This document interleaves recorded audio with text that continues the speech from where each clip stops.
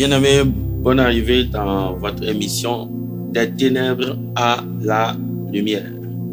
Nous allons prier. Seigneur, notre Dieu, notre Père, nous te disons sincèrement merci pour le privilège que tu nous accordes de venir dans ta présence, d'écouter ta parole, pour être transformé, pour être préparé, pour te rencontrer dans les derniers jours, dans les jours à venir. Seigneur, je prie que tu ouvres nos cœurs à comprendre et que tu nous touches afin que nous nous préparions comme cela se doit, afin qu'au dernier jour, nous ne regrettions pas, mais que nous soyons dans la joie avec toi pour toujours au nom de Jésus. Merci parce que je sais que tu l'as fait.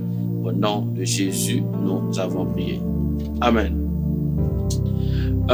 Nous allons voir dans notre émission d'aujourd'hui le thème que j'ai intitulé « L'Église que Jésus viendra enlever ». L'Église que Jésus viendra enlever. Nous allons lire Éphésiens chapitre 5. Éphésiens chapitre 5, les versets 25 au verset 28. Éphésiens chapitre 5, à partir du verset 25. La Bible dit, Marie, aimez vos femmes, comme Christ a aimé l'Église et s'est livré lui-même pour elle, afin de la sanctifier par la parole, après l'avoir purifiée par le baptême d'eau, afin de faire paraître devant lui cette Église glorieuse, sans tache, ni ride, ni rien de semblable, mais sainte et irrépréhensible. C'est ainsi que les maris doivent aimer leurs femmes comme leur propre corps. Celui qui aime sa femme s'aime lui-même. Que le Seigneur bénisse sa parole. Amen. Regardons le verset 25 encore. Marie, Éphésiens 5, verset 25. Marie, aimez vos femmes comme Christ a aimé l'Église. Quand nous parlons du mot Église, ce n'est pas étrange ou bien étranger à beaucoup de personnes, parce qu'on en a entendu suffisamment. Quand on parle de mot Église comme ça, pour d'autres, ça donne c'est des sons de mépris. Les gens font recours aux bâtiments, aux dénominations, aux rassemblements où on parle de Dieu, les quatre murs quelque part où on parle de Dieu, ou bien là où les gens se rassemblent pour prier. C'est à ça beaucoup de personnes vont penser premièrement. Ou d'autres vont penser même là où eux ils vont pour aller adorer Dieu ou bien offrir des sacrifices, bien un culte à Dieu. C'est à quoi on pense premièrement. Mais si on veut examiner effectivement de quoi parle la parole de Dieu dans ce passage précisément, c'est autre chose. Il dit que Christ a aimé l'Église. Donc, il parle de l'Église. C'est quoi l'Église? Parce que je parle de l'Église que Jésus viendra enlever. Ça veut dire l'Église que Jésus, quand il va revenir, parce qu'il est déjà venu une fois, à son prochain retour, quelle Église Jésus va-t-il enlever, prendre de la terre et l'amener au ciel? Il ne s'agit pas d'une dénomination, il ne s'agit pas d'un rassemblement, bien d'un bâtiment. C'est carrément autre chose. C'est de ça que nous parlons dans cette émission, pour ce numéro. Avant d'aller là, nous allons examiner certaines choses pour comprendre. Quand on parle de l'Église ici, il s'agit de quoi? Premièrement, quand Christ est venu sur la terre, son objectif premier, l'objectif global, principal pour lequel il est venu, c'est de se faire un peuple qui lui appartienne à lui, Jésus seul. Sauvé des péchés par lui-même, un peu composé d'hommes, de femmes, de toutes couleurs, de toutes nations, qui lui appartiennent à lui, qui est sauvé du péché, transformé par lui pour impacter et racheter le reste du monde. C'est la raison pour laquelle Jésus est venu. Regardez, Tite chapitre 2. Tite chapitre 2, le verset 13. Tite chapitre 2, le verset 13.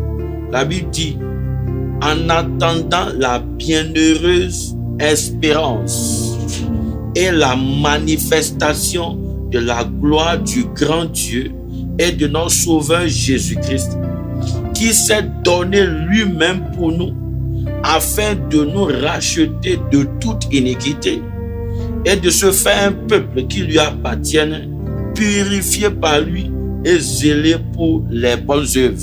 Donc, Christ s'est offert pour racheter le monde. Mais pour atteindre ce monde entier, il a décidé de racheter des gens. Il a commencé par racheter certaines personnes. Et ceux-là, il a fait d'eux un peu qui lui appartiennent. Et il utilise ceux-là maintenant pour atteindre le reste du monde. Matthieu chapitre 5. Matthieu chapitre 5, le verset 14. Matthieu chapitre 5, le verset 14. Matthieu chapitre 5, 14 dit ceci.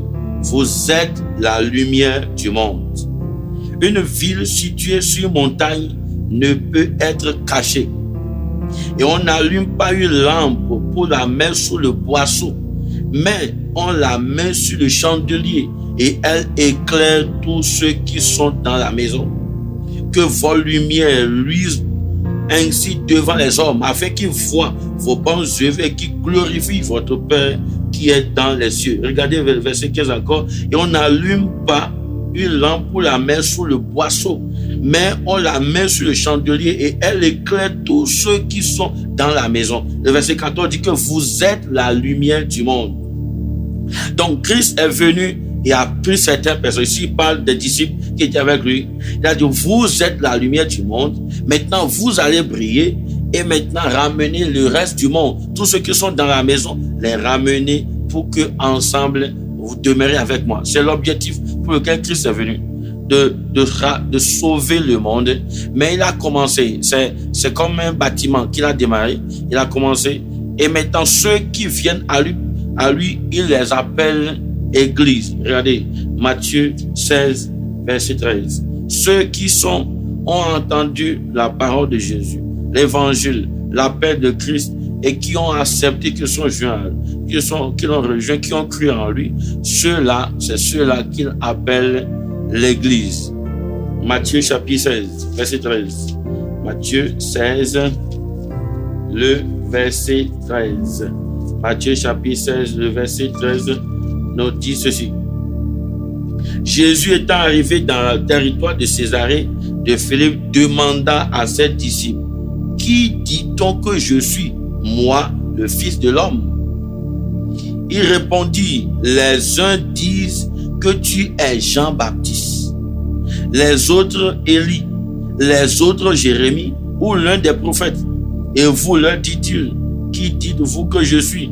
Simon-Pierre répondit, tu es le Christ, le Fils du Dieu vivant. Jésus, reprenant la parole, lui dit, tu es heureux, Simon, fils de Jonas, car ce ne sont pas la chair et le sang qui t'ont révélé cela, mais c'est mon Père qui est dans les cieux.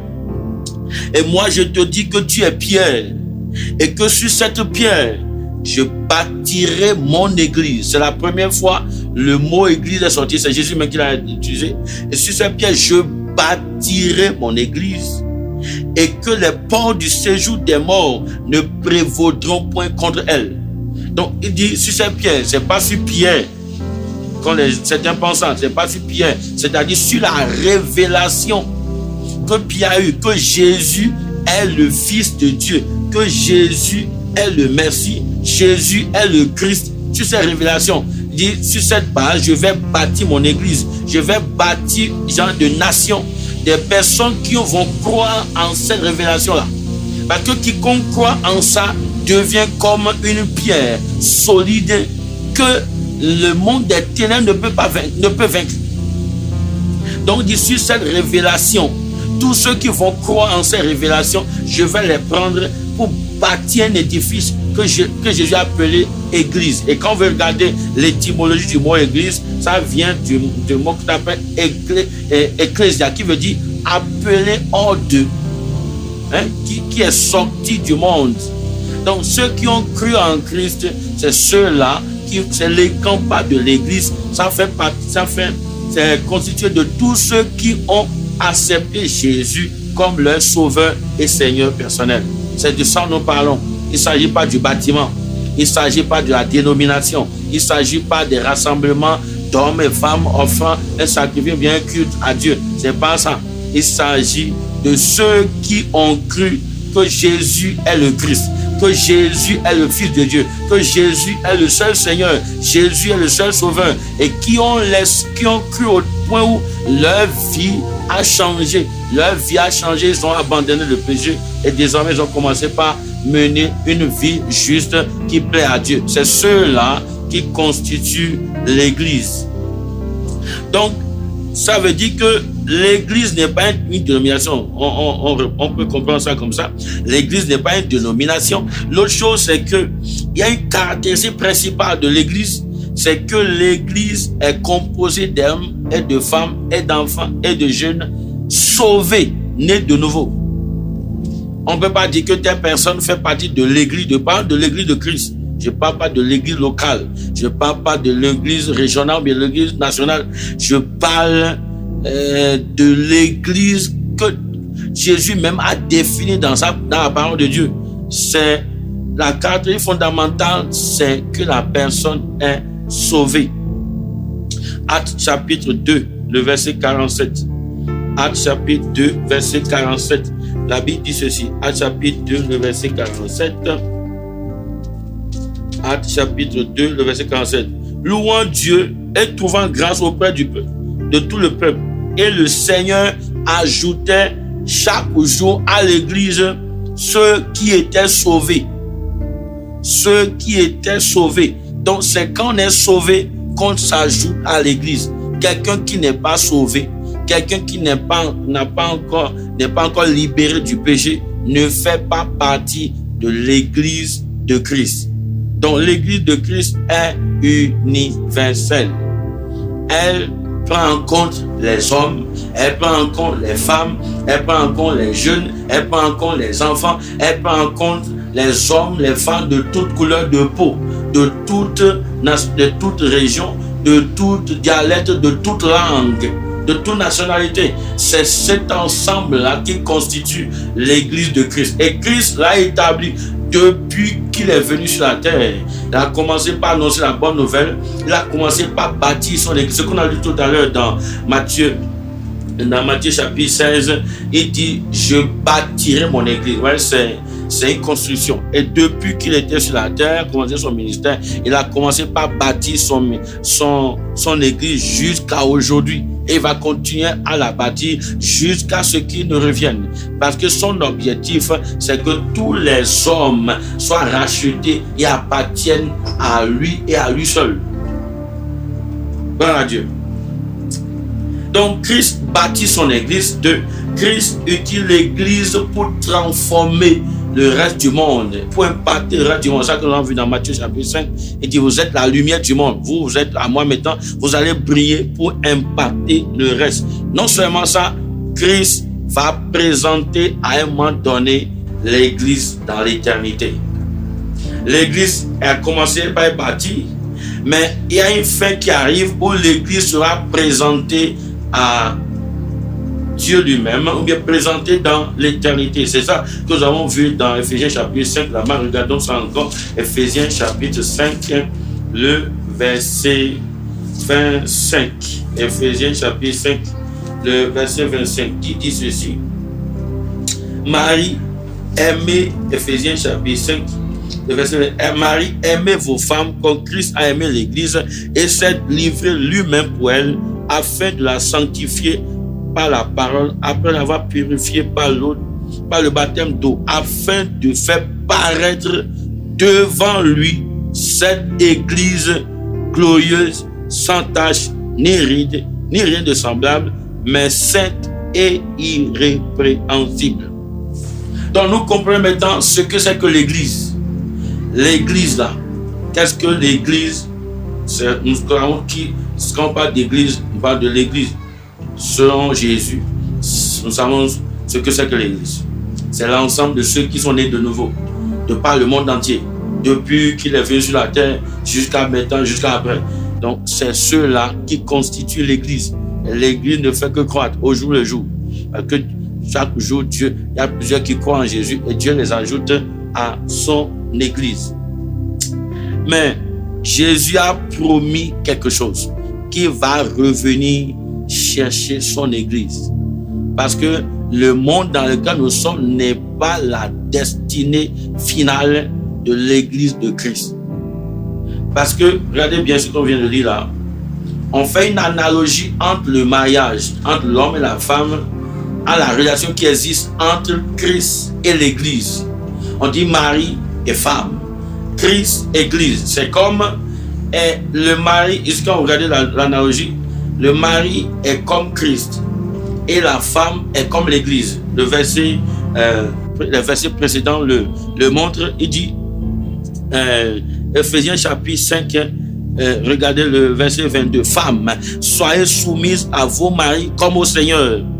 Car le mari est le chef de la femme, comme Christ est le chef de l'église, qui est son corps et dont il est le sauveur. Or, de même que l'église est soumise à Christ, les femmes aussi doivent l'être à leur mari en toutes choses. Donc, l'église est comme l'épouse de Christ, est comme la femme de Christ. Et Christ est comme son époux, est comme son mari. C'est pourquoi Paul a fait cette analogie par l'Esprit de Dieu. Donc, mais Christ est l'époux, il est loin, très loin. Il est au ciel et l'épouse est restée ici sur la terre. Mais est-ce que quand un homme marie sa femme, est-ce que le mari va rester toujours loin, jusqu'à ce qu'ils ne vont jamais se voir? Non, il va arriver au moment où le mari va revenir. Il est parti en voyage, il peut faire 2 mois, mais il peut faire même 2 ans, il peut même faire des années. Mais un jour, il reviendra. Et c'est ce que Jésus a promis. Il est parti au ciel, il dit qu'il reviendra. Jean chapitre 14, verset 1. Jean chapitre 14, le verset 1. Jean chapitre 14, verset 1. Que votre cœur ne se trouble point. Croyez en Dieu et croyez en moi. Il y a plusieurs demeures dans la maison de mon Père. Si cela n'était pas, je vous l'aurais dit. Je vais vous préparer une place. Et lorsque je m'en serai allé et que je vous aurai préparé une place, je reviendrai et je vous prendrai avec moi, afin que là où je suis, vous y soyez aussi. Donc nous voici la promesse que Christ va revenir pour chercher l'église. Maintenant, la question est, quel type d'église Jésus veut-il venir prendre pour l'amener au ciel? Quelle église sera qualifiée? Regardez par exemple, en fait, actuellement, si on considère la parole de Dieu, l'église est comme la fiancée de Christ. Ce n'est pas encore, le mariage n'a pas encore eu lieu. Le temps des noces arrive. Actuellement, nous sommes comme une fiancée pour Christ. On se prépare pour le mariage. Le mariage qui aura lieu quand Christ va revenir, il va venir prendre l'église. Et on va célébrer le mariage au ciel. Donc, imaginez un instant, nous sommes des hommes. Un homme qui veut se marier à une femme. Et voici sa fiancée qui est là. Comment, le jour du mariage, comment la femme de moi va se présenter?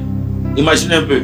Est-ce que vous pensez que c'est normal qu'une femme qui veut se marier, qui est fiancée à un homme, on dit voici le jour du mariage est arrivé, c'est le samedi. Et le samedi elle est venue, elle sort de la maison, elle dit qu'elle va au mariage et quand on la regarde, elle porte les habits qu'elle porte à la cuisine. Elle porte les chaussures qu'elle porte pour aller à la douche. Elle laisse les cheveux comme si elle vient de se réveiller réveiller le matin. Imaginez-vous que c'est comme ça, une mariée, une future mariée se prépare. Non. Elle va se lever, elle va se laver, elle va se préparer, elle va vraiment s'habiller de façon propre. Et souvent, vous voyez, c'est les robes blanches que la mariée porte.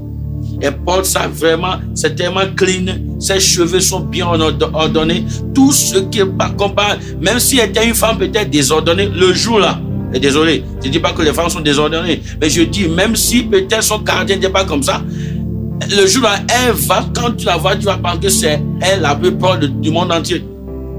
Parce qu'elle va à un mariage et c'est très important pour elle, c'est très glorieux, c'est un jour exceptionnel, un jour glorieux pour lui. De la même chose, nous sommes actuellement, l'église est actuellement fiancée à Christ et Christ reviendra pour chercher l'église afin que le mariage ait lieu, pour que les noces aient lieu. Maintenant, est-ce que vous pensez que Christ va accepter venir et voir l'église avec des taches?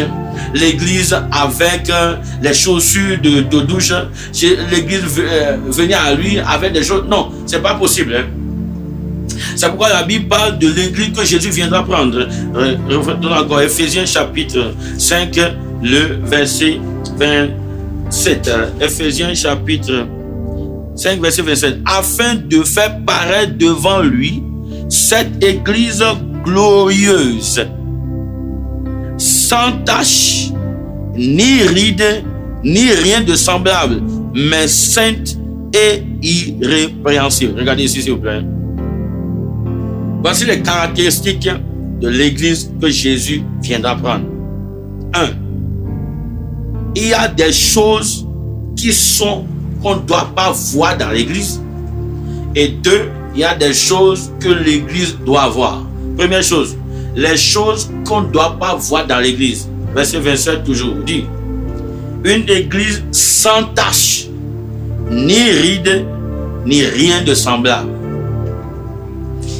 Imaginez, cette femme qui va au mariage, elle a porté sa robe de mariage, sa robe toute blanche, et elle sort de la maison, et on va sortir peut-être une tache, l'huile rouge, quelqu'un de faire quelque chose quelque part, ou bien un mécanicien fait quelque chose quelque part, et l'huile à moteur sortie est tombée sur sa poitrine comme ça.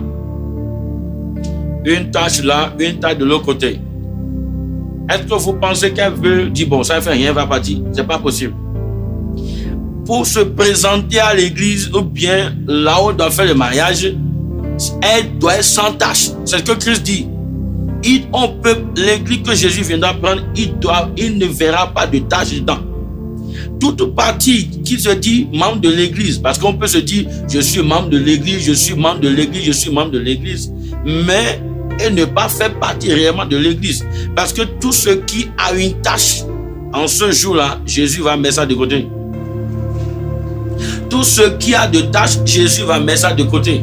Tout ce qui a de rides, tout ce qui n'est plus droit, tout ce qui est froissé, tout ce qui ne donne plus envie de... Voyez, vous prenez une femme bien, qui a des rides dans le visage, qu'elle était tellement jolie avant, mais elle a commencé par faire des choses, elle a commencé par avoir des rides dans le visage, ce n'est plus beau comme avant. Une femme, une église qui a perdu sa beauté spirituelle, qui a perdu ses capacités spirituelles, cette église-là, Jésus ne viendra pas la prendre. Et quand nous parlons de tâches, c'est des choses qui salissent la robe de la justice. Quelles sont ces choses que nous pouvons voir? Numéro 1, regardez s'il vous plaît. Vous savez, il y a beaucoup de personnes qui se disent qu'ils sont membres de l'église. Il y a les apôtres, il y a les prophètes, il y a les évangélistes, il y a les pasteurs, il y a les docteurs. Au même moment aussi, il y a les gens qui ont des rôles de président, des rôles de gestion, des rôles d'intercesseur, plusieurs autres rôles. Des gens qui sont aux soins, des gens qui sont là pour aider d'autres personnes, d'autres qui sont là pour pouvoir aider l'église à avancer. Et plusieurs se disent membres de l'église, mais il y a certains qui sont dans l'église locale, dans l'assemblée des hommes qui se réunissent, mais qui ne font pas partie de l'église que Jésus va amener. Pourquoi? Parce qu'ils ont des tâches. La colère.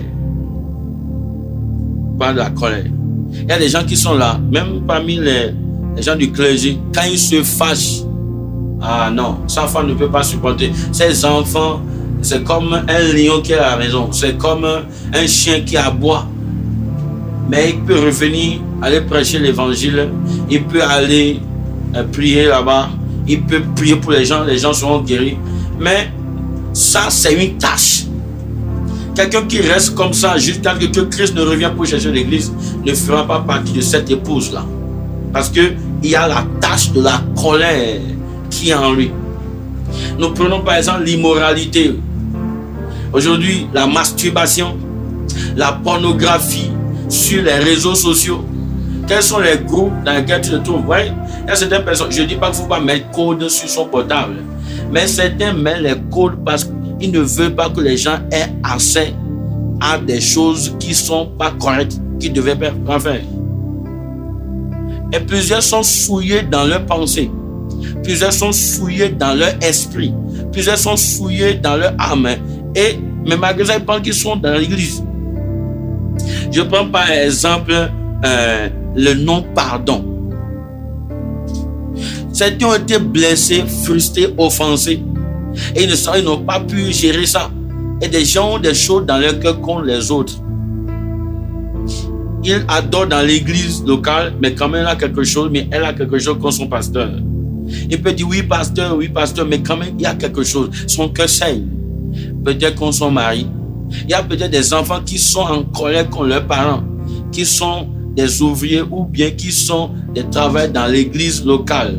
Parce que les parents là les négligent. Ils n'ont pas leur temps. Ils n'ont le temps les autres. Et il dit mais pourquoi? Ils sont devenus des rebelles.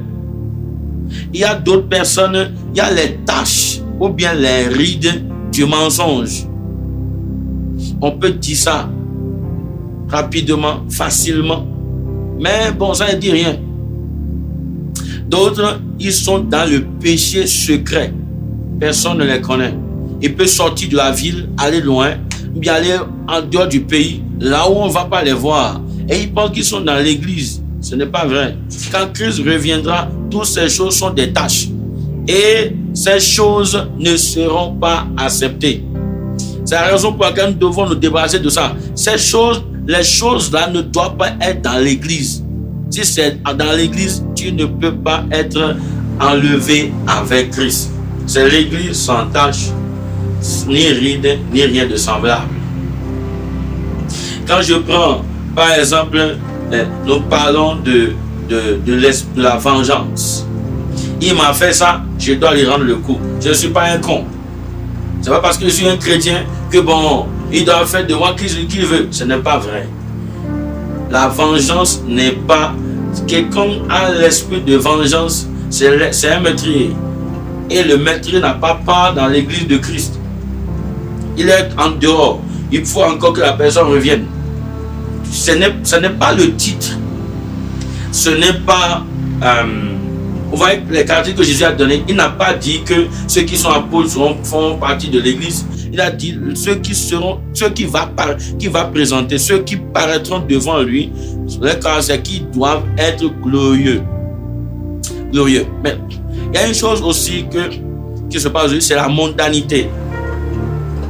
Regardez bien ce que la parole de Dieu. Il dit une église glorieuse.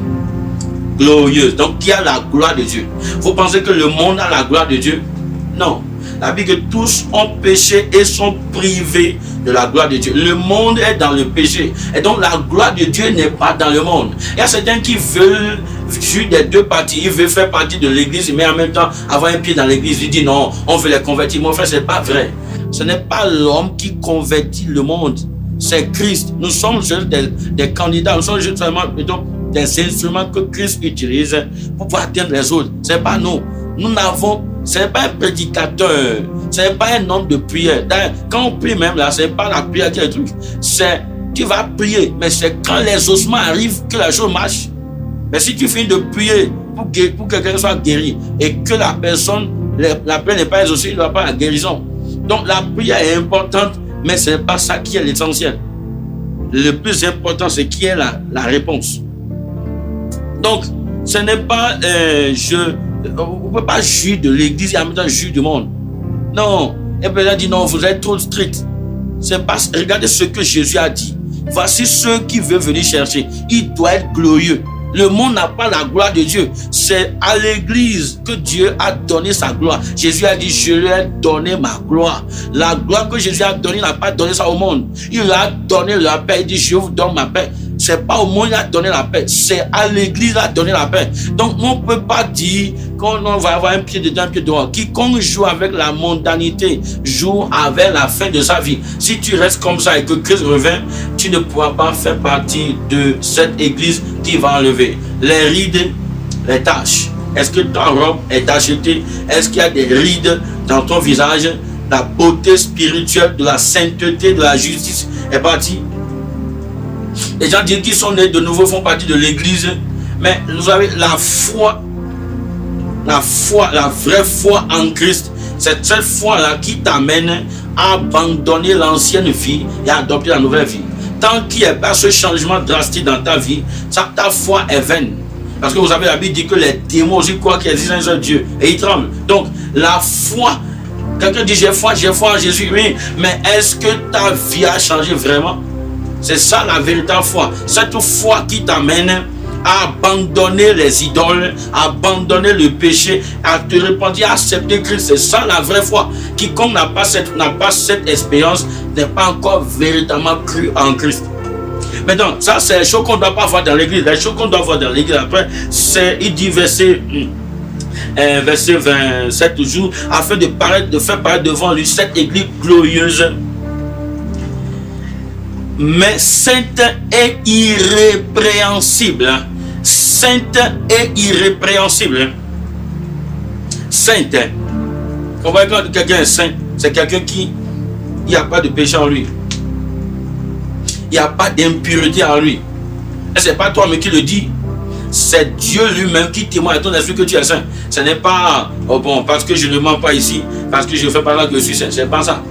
C'est Jésus même qui te donne sa nature. Parce que c'est une nature, c'est la nature de Dieu qui te donne ça.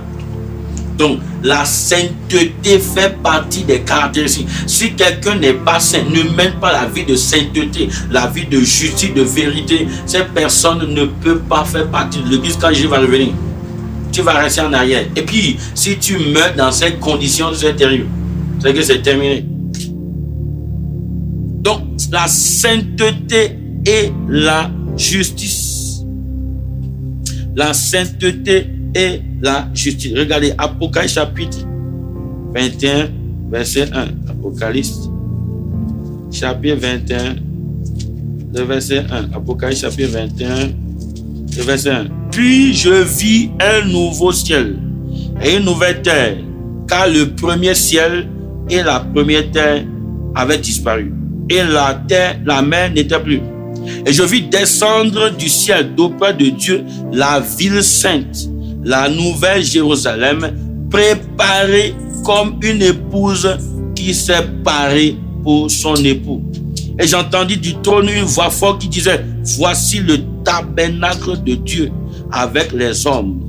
Il habitera au milieu d'eux, avec eux, et ils seront son peuple, et Dieu lui-même sera avec eux.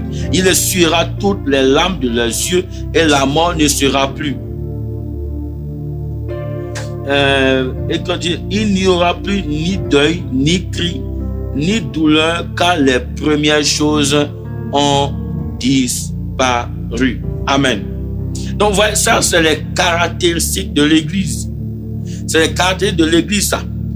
L'église ne vient, elle est sainte. Ouais, c'est la sainteté. C'est la condition sine qua non, la condition indispensable pour demeurer avec Dieu. C'est pas, s'il n'y a pas ça, ce n'est pas possible. Donc, c'est les caractéristiques de l'église. La sainteté dans le cœur, c'est pas là, c'est pas la sainteté extérieure. Ça commence par le cœur. La sainteté dans le cœur. 2. La sainteté dans le caractère. La sainteté dans la conduite, dans les interactions avec l'un ou avec l'autre. Il doit être saint. Un sexe opposé, l'interaction avec un sexe opposé, ça doit être caractérisé par la sainteté. Hein? Les familiarités pécheresses, ça c'est terrible. Donc la sainteté, la justice dans les affaires. dans le règlement avec son prochain, avec son frère, qu'il soit païen ou pas, il doit avoir la justice. Il doit avoir la vérité. C'est la caractéristique de cette église que Christ viendra enlever. Mais il y a quelque chose que quelqu'un va se dire, mais comment est-ce que je peux faire? Parce qu'il y a plusieurs qui disent, mais je n'arrive pas. Je n'ai pas cette capacité-là. Je fais les choses. En fait, ce n'est pas ce que tu vas faire qui est le truc.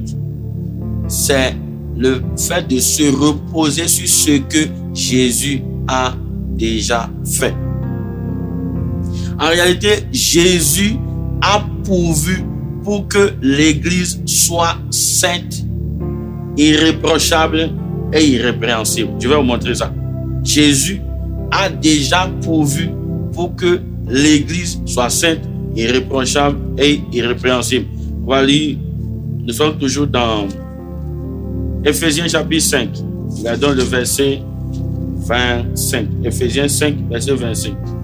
Marie, aimez vos femmes comme Christ a aimé l'Église et s'est livré lui-même pour elle, afin de la sanctifier par la parole après l'avoir purifiée par le baptême d'eau. Ouais?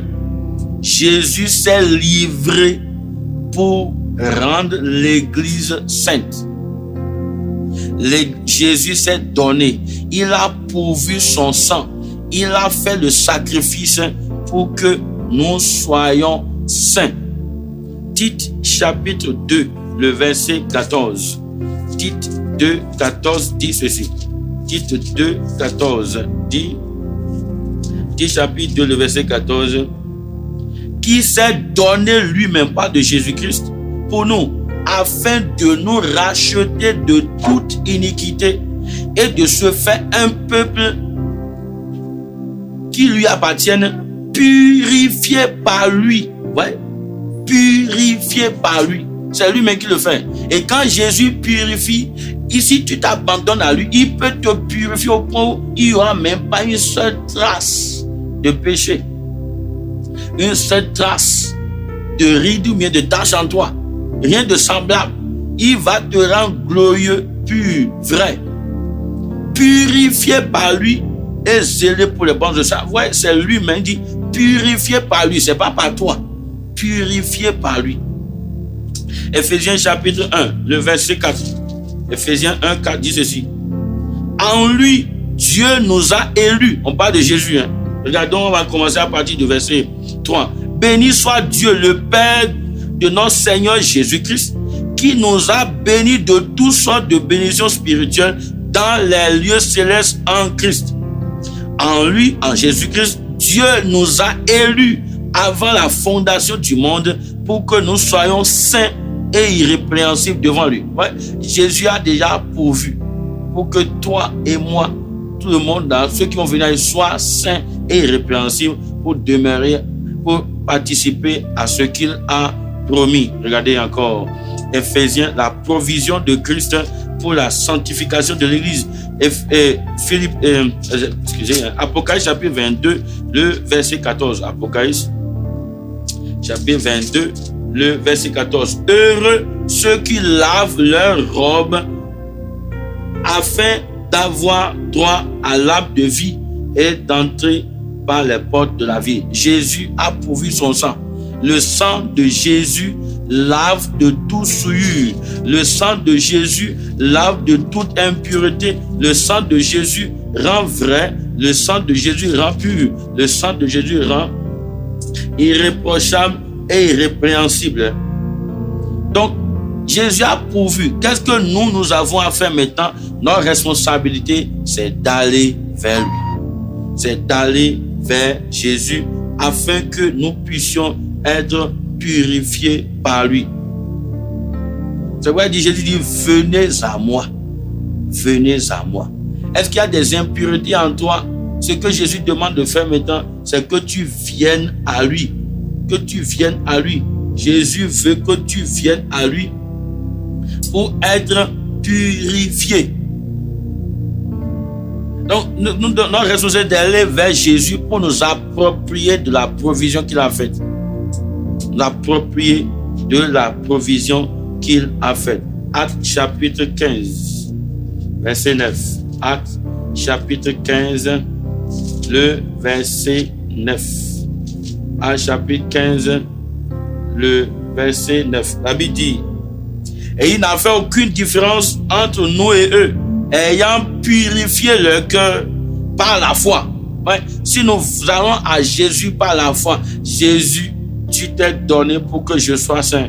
Purifie-moi, il te purifie. Donc tu dois aller à lui, te consacrer et dire voici, te donner entièrement à lui. Et c'est là tu vas t'approvisionner ça. Deuxième chose que nous devons faire, c'est de demeurer en lui pour continuer à jouir de cette provision qu'il a faite pour nous. Demeurer en Jésus. Ça, c'est ce que nous devons faire maintenant. 1 Jean chapitre 2, le verset 6. 1 Jean 2, le verset 6 dit: celui qui dit qu'il demeure en lui doit marcher aussi comme il a marché lui-même. Ben, si on demeure en Christ, on marche comme il a marché lui-même. C'est la grâce de Dieu.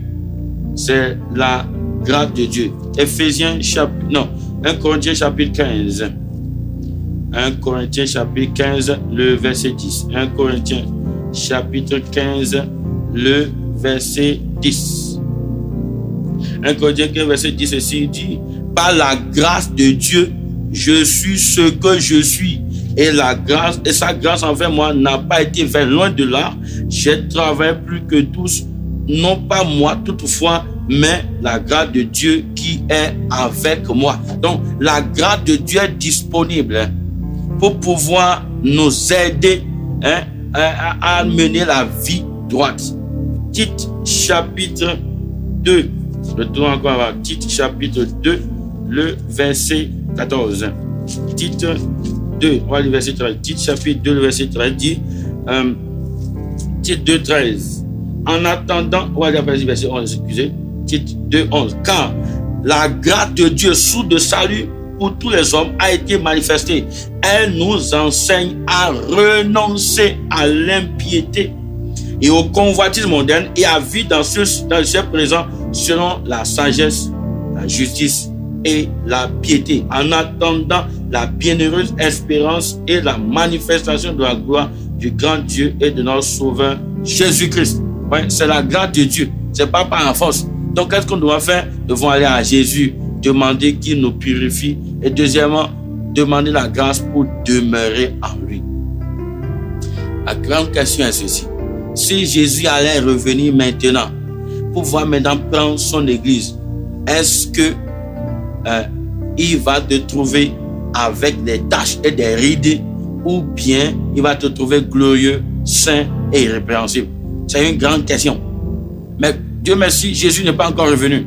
Et donc tu as pu écouter ce message en ce moment précis. Ce que tu dois faire, c'est d'aller devant Dieu en même temps. Il ne faut pas tarder. Demain peut être trop tard. Sérieux. Demain peut être trop tard. Ça t'est arrivé, non? Et tu as dit, bon, je vais faire quelque chose demain. Je vais faire quelque chose tout à l'heure. Et si tu n'as plus jamais fait ça, ou bien les choses ont changé au point que c'est terminé, c'est plus possible. C'est possible aussi. Tu peux dire demain, et peut-être c'est terminé pour maintenant. Mais le problème, c'est que quand on va de l'autre côté, on regrette tout, mais il n'y a plus de changement. L'occasion est donnée maintenant. Que tu ailles devant Dieu pour prier. Dieu ne nous a pas destinés à l'enfer ou bien à la colère à venir. Il nous a destinés à l'acquisition du salut en Jésus-Christ. Le Seigneur est venu nous réveiller ce matin. Eh bien, à travers ce numéro, si tu n'es pas encore né de nouveau, tu es religieux, ou bien tu as rétrogradé, ce que tu dois faire, c'est de venir à Christ, de te repentir et d'accepter Christ comme ton sauveur, Seigneur personnel. Là, tu vas entrer dans l'église de Christ.